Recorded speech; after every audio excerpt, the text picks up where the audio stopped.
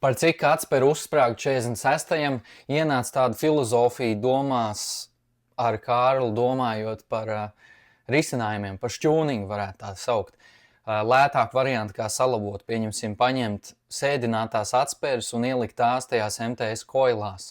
Protams, es uzzināju, ka tad ātrāk var nodilt viss tas pasākums, kad, pieņemsim, uz MTS koilas uzliek H un R atspēri, bet ņemsim to risku.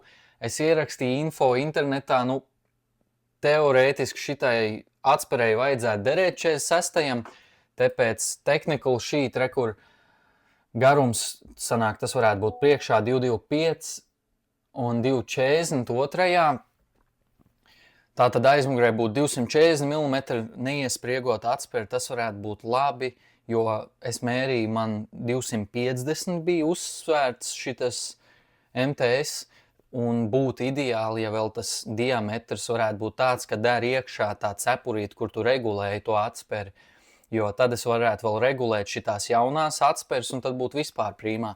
Bet to skatīsimies. Es baigi daudz tur nemeklēju informāciju, jo es neatradīšu visu to informāciju, un es negribu te 2 stundas tagad sēdēt, saprast koilas, vienkārši teorētiski šitās koilas der, kur ir 330D,